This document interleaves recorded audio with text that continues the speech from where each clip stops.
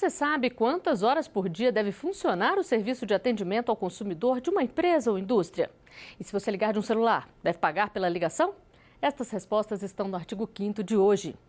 É que 15 de março é o Dia Internacional do Consumidor. E para comemorar a data, nada melhor do que descobrir ou ratificar o conhecimento dos seus direitos. O artigo 5º está no ar.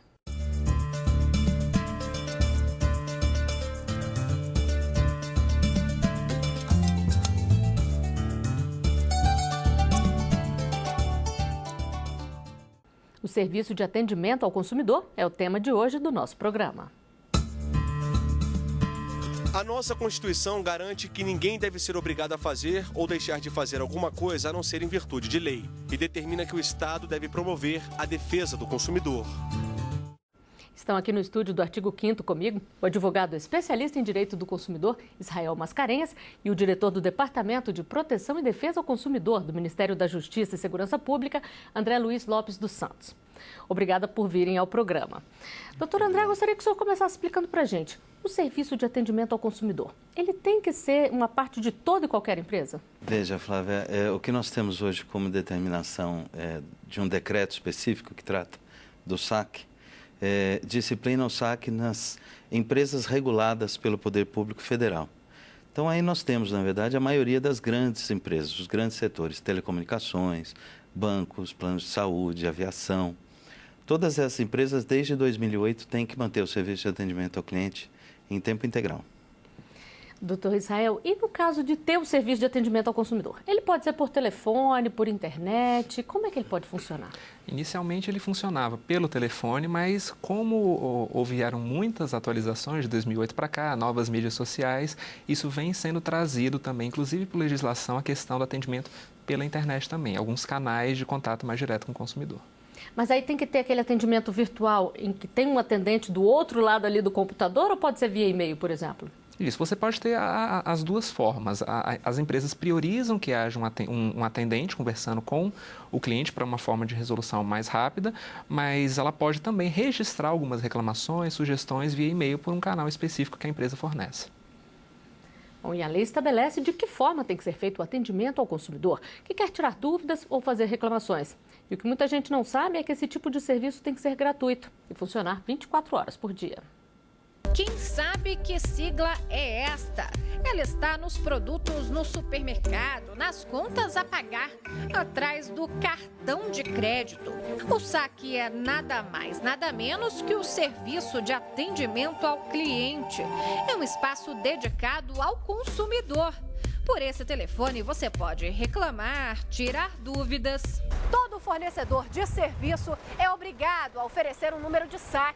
É lei, não tem para onde fugir. O decreto 6.523 de 2008 regulamenta todas as regras para um atendimento eficiente ao cidadão. As ligações devem ser gratuitas. No primeiro atendimento eletrônico devem constar as opções: falar com o atendente, reclamações e cancelamento de contratos. O serviço deve estar disponível 24 horas por dia, 7 dias por semana. O SAC deve obedecer os princípios da dignidade, boa-fé, transparência, eficiência, eficácia, celeridade e também de cordialidade. A qualidade dos serviços de atendimento é uma preocupação, principalmente para os órgãos reguladores. A Secretaria Nacional do Consumidor do Ministério da Justiça está de olho no atendimento ao cliente. Entre as empresas mais reclamadas estão os serviços de telefonia, TV por assinatura, cartão de crédito e bancos. O SAC é a porta de entrada da reclamação na empresa. É importante que o cidadão fique atento também ao número emitido logo no começo da ligação. É ele que vai ajudar na hora de exigir os direitos previstos no Código de Defesa do Consumidor. O protocolo é a garantia do consumidor de que o atendimento foi realizado e que há demanda para solucionar um problema, ou um cancelamento, ou uma melhoria até no serviço. O protocolo é a garantia, que inclusive é o que vai constar no sistema informatizado de cada empresa. A partir do protocolo é que tem-se todo ali o histórico do consumidor e o que de fato ele está pleiteando. Doutor André, É obrigatório o fornecimento desse protocolo? Ele pode ser pelo telefone, tem que ser via mensagem, e-mail? Como é que funciona? Ele é obrigatório. Nos termos do decreto, ele deve ser dado, inclusive, no início do atendimento. Por vezes, o consumidor não atenta para isso. Essa é uma orientação que a gente sempre insiste, Flávio. Porque, de fato, como colocou o doutor Daniel ali, é, de fato, o instrumento que ele tem de prova de que ele buscou assegurar o seu direito. E se a empresa não o atendeu, isso vai servir para outros caminhos, numa demanda judicial, eventualmente, depois. Tem que anotar sempre, então. Tem que anotar, é a garantia do consumidor. Agora, doutor Israel, a gente sabe que é lei que tenha sempre a opção de falar com um atendente logo de início. Mas na prática isso acontece ou o consumidor fica ouvindo uma gravação, falando ali até conseguir falar com o atendente? O que se espera de uma empresa é que esse atendimento ele seja rápido. Inclusive, no decreto e em outras disposições, fala sobre o tempo mínimo para cada empresa, né? Nós temos disposições que falam até 30 segundos, 45 segundos, isso em alguns momentos pode ser relativizado, mas na prática realmente a demanda é muito alta e as empresas não comportam e às vezes o consumidor ele fica realmente esperando 5 minutos, 10 minutos, chegando a alguns casos extremos de mais de meia hora. Aí tem que ter muita paciência, né? Muita paciência para resolver. E quando o consumidor precisa cancelar um contrato, ele pode fazer isso por um serviço de atendimento, pelo telefone? Sim, pode fazer. Inclusive, foi uma das facilidades trazidas, né, no ano de 2008, ratificado em 2014, que ele não necessariamente precisa falar com o atendente para fazer esse cancelamento. Então, as empresas têm que disponibilizar uma opção no call center, no SAC, para que haja o cancelamento do contrato ou de algum serviço específico. Doutor André, e tem um prazo aí que as empresas têm que seguir para solucionar um problema, uma reclamação do consumidor? Sim, o próprio decreto estabelece isso. Eles têm 5 dias úteis a partir da data do registro. Mais um motivo pelo qual anotar o protocolo faz diferença, para saber até o controle desse prazo. E se esse prazo não é cumprido? Tem vários canais hoje, na verdade, né, Flávia? A gente costuma ver a maioria das empresas maiores que estão sujeitas ao decreto tem estruturas de ouvidoria, por exemplo. E aí acaba sendo não atendido no SAC, acaba sendo atendido pela ouvidoria. Agora, doutor Israel, muitas vezes também a gente vê que está sendo cobrado uma coisa ali que não foi pedida, que não foi contratado, até que você pediu a suspensão de um serviço que não foi feito. Nesses casos, o consumidor, o que ele deve fazer? Primeiramente, ele deve entrar em contato com o SAC para formalizar essa insatisfação, explicar realmente para a empresa o que houve e, como o doutor André falou, anotar o número de protocolo. Caso isso não seja resolvido no prazo de 5 dias úteis, esse protocolo ele vai ser servido para ser apresentado à ouvidoria para que lá sejam tomadas medidas administrativas. Se ainda assim não resolver, o consumidor ele pode procurar o PROCON ou também as medidas judiciais. Quer dizer que nesse caso também o tempo é o mesmo de uma reclamação comum? Sim. Bom, nós gravamos algumas perguntas feitas por consumidores nas ruas. Vamos ver a primeira delas. Toda empresa tem que ter um canal de atendimento gratuito para o consumidor? Doutor André, esse atendimento tem que ser gratuito, independente se a ligação é feita de um telefone comum ou de um celular, por exemplo? Para as empresas que estão sujeitas ao decreto de 2008, sim, o atendimento é necessariamente gratuito. Embora nem todas estejam sujeitas ao decreto, o que a gente vê cada vez mais é que as empresas acabam abrindo canais para esse atendimento. É uma grande oportunidade resolver um problema. Mais do que cumprir uma lei apenas, está se dando para a empresa a oportunidade de reconstruir uma relação que, por alguma razão, se deteriorou. Então, na maioria dos casos, as empresas têm avançado no sentido de estabelecer canais de acesso gratuito para os consumidores. Conta ponto a favor dessa empresa, né? Sem dúvida, é diferença. No mercado de alta competição, isso faz muita diferença. Agora, doutor Israel, há essa previsão legal de que toda ligação do serviço de atendimento ao consumidor tem que ser gravada? Tem que ser gravada, inclusive disponibilizada ao consumidor sempre que ele demandar. Então, o consumidor ele tem direito a isso exatamente para ter um controle, para apresentar às vezes no PROCON, às vezes numa questão judicial. E caso na prática isso não seja cumprido, inclusive existem sanções penais e administrativas para as empresas. Bom, e nós vamos a outra pergunta feita nas ruas que tem a ver justamente com a gravação da conversa entre o atendente e o consumidor. O que a pessoa tem que fazer para solicitar a gravação de um atendimento? Precisa de uma decisão judicial? Doutor Israel. As empresas devem disponibilizar ao cliente todas as gravações mediante a apresentação do número de protocolo, porque é direito do consumidor, isso realmente está em lei. Só que, na prática, algumas empresas dificultam o acesso ao consumidor exatamente para, digamos assim, tirar um pouco do poder dele numa eventual demanda judicial. Então, se ela dificulta o consumidor de conseguir essas gravações, seja encaminhadas por e-mails, numa mídia física, o consumidor ele pode realmente escolher como que fica melhor, mas se ela dificulta, existem sanções para essas empresas e o consumidor ele deve registrar isso, tanto administrativamente, PROCON, na ouvidoria da própria empresa ou judicialmente. Existe um prazo que essas empresas têm que manter essa gravação? Sim, no mínimo 90 dias, podendo chegar até 3 anos. Agora, doutor André, é comum a empresa dizer que a ligação está sendo gravada ali, mas o próprio consumidor, ele pode gravar uma ligação que ele esteja fazendo para fazer uma reclamação ou pedido de um cancelamento de um serviço, por exemplo? O fundamental é que as partes saibam que a ligação está sendo gravada. Inclusive as empresas, se você certamente já passou por isso, você recebe a mensagem de que daqui por diante esta ligação está sendo gravada. Quem nunca teve que ligar para reclamar, né? Exatamente. Então, assim, isto é boa-fé, na verdade. É um princípio de boa-fé que deve reger todas as relações de lado a lado. Se estiver sendo feita a gravação, todos devem saber. A gravação funciona como um instrumento de prova e, por isso mesmo, é de boa-fé que ambos saibam que a ligação está sendo gravada. Agora, doutor Israel, já que ele falou que do instrumento de boa-fé é para servir como prova, se por um acaso o consumidor não avisar que ele está gravando, isso aí não serve como prova, ou se ele participou da gravação, ele pode usar de qualquer forma? Se ele participou, ele pode utilizar, né, o que não poderia ser se ele gravasse a ligação de uma relação que ele não está participando, o que não é o caso. Então, se a empresa apresenta que a ligação está sendo gravada, às vezes por interesse da empresa, na grande maioria das vezes, porque elas dificultam o acesso ao consumidor, por uma questão de precaução, ele pode realmente gravar a própria ligação e poder utilizar isso em alguma reclamação ou em alguma demanda judicial. Mas em nome da cordialidade é bom que se avise, né, doutor André? Sempre, sempre. É uma recomendação, como o próprio Código de Defesa fala em boa-fé, e ele fala isso de lado a lado, né? Então, é um princípio salutar, não é? Bom, o artigo 5º faz uma pausa e volta depois do intervalo, é rapidinho.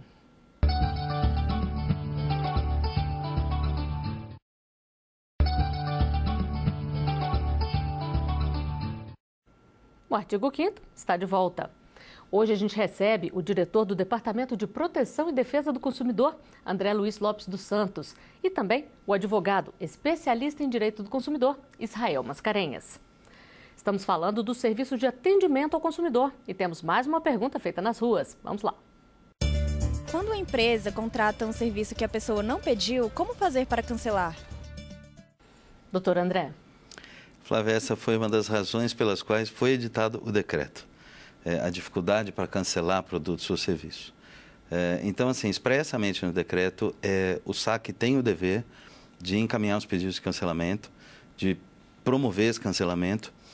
O que as empresas sempre insistem é que elas devem ter o direito de tentar reter de alguma forma o seu cliente. Esse acaba sendo quase sempre o ponto de atrito desta relação.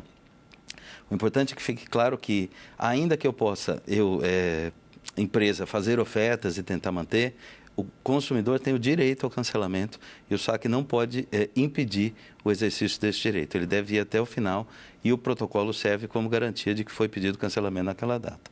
Não pode ficar falando que a ligação caiu, que vai retornar?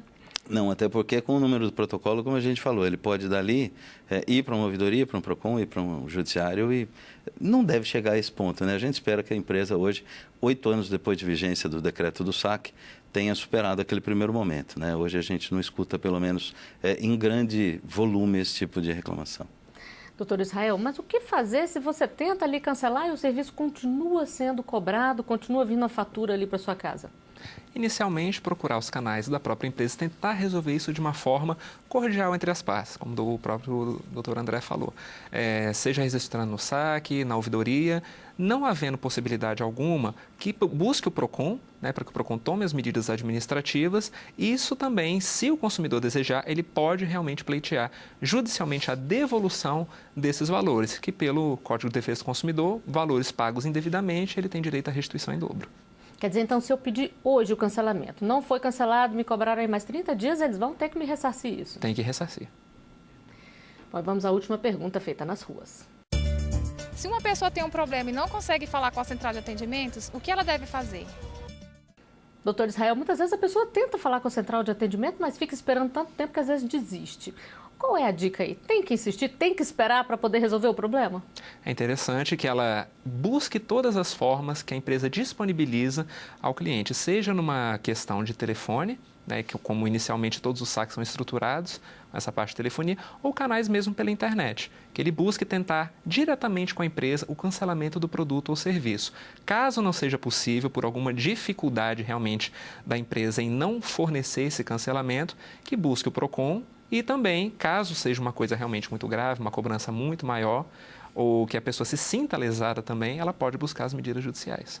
Doutor André, e o que fazer quando a empresa não tem um serviço de atendimento ao consumidor? Porque muitas vezes você entra, faz uma compra ali pelo site e não tem um telefone, ou pelo menos não tem um telefone gratuito. Qual é a orientação para o consumidor?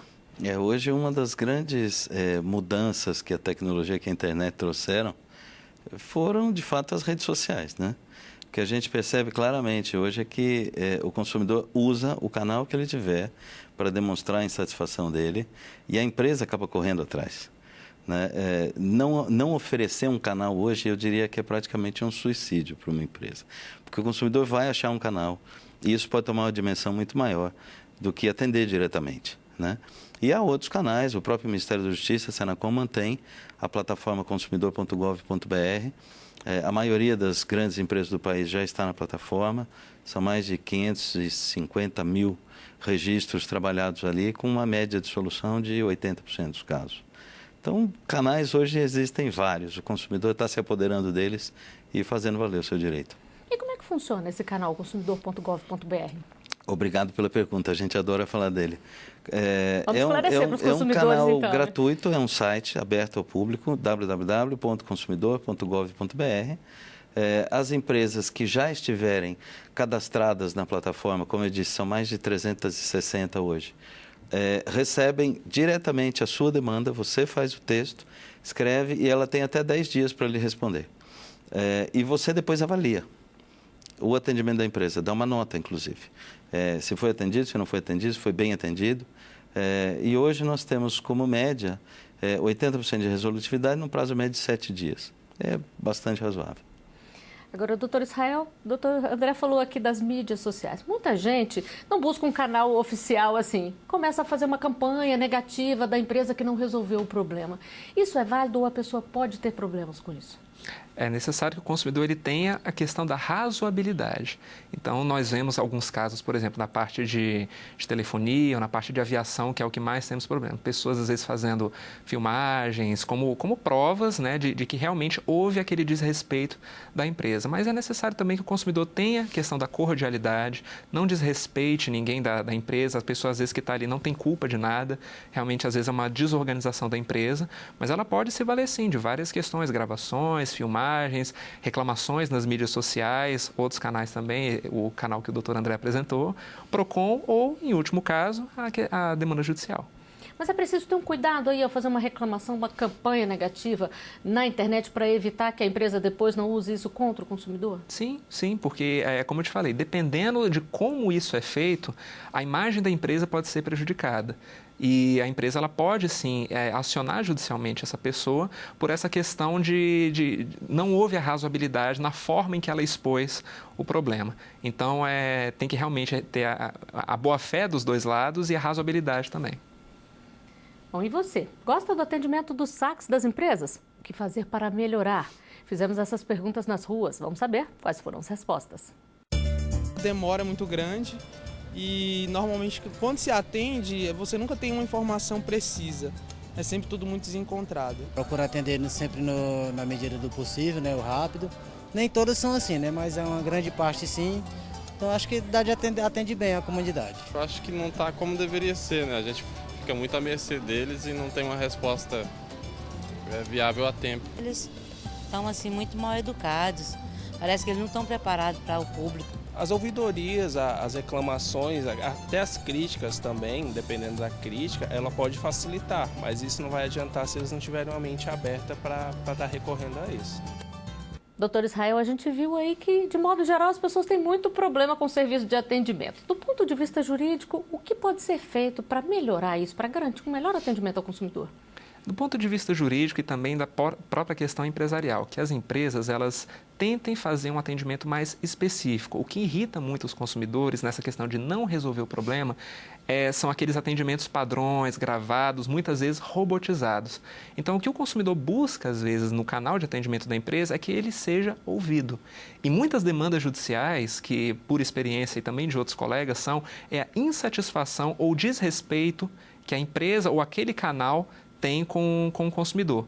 Então, uma forma até de prevenir altas demandas e grande parte do judiciário que está abarrotado de milhares de demandas do consumidor, é a empresa ter um pouco de bom senso, trabalhar na estrutura dela, né, capacitar as pessoas que fazem o atendimento, seja via saque ou por outros canais da empresa. A gente, assim, acredita que vai diminuir bastante.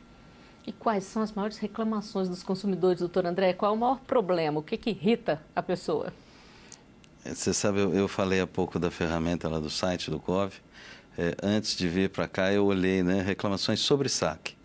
É impressionante, mas assim, de todas as reclamações que lá estão, reclamações especificamente contra o saque são 7% de tudo que está lá registrado. É bastante.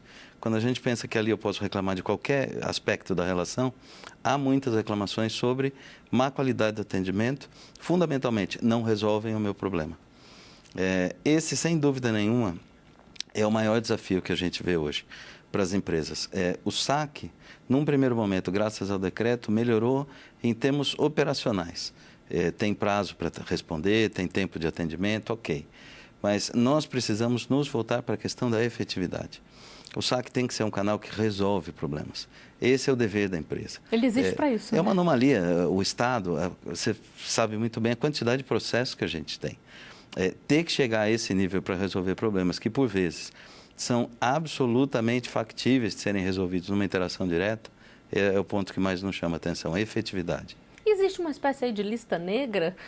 A empresa pode ser punida por não resolver o que é feito no saque, por exemplo? Existe no Código de Defesa do Consumidor, no artigo 44, ele fala do cadastro de reclamações fundamentadas. Os PROCONs anualmente publicam os seus cadastros e hoje, mais até do que a publicação anual, existem os rankings online que nem são os próprios órgãos que fazem, mas como o dado é público, a imprensa sistematicamente está acompanhando isso e divulgando para que o consumidor saiba onde estão os principais problemas do mercado de consumo. E qual é a dica, então, doutor Israel, para o consumidor? A partir dele procurar saber aí quais são os maiores problemas, o que ele deve fazer? Deve evitar comprar nessas empresas? O que ele pode fazer para se resguardar? Questão de evitar a compra, o consumidor ele sempre tem a escolha do que ele quer, às vezes uma questão de preço, às vezes uma questão de produto.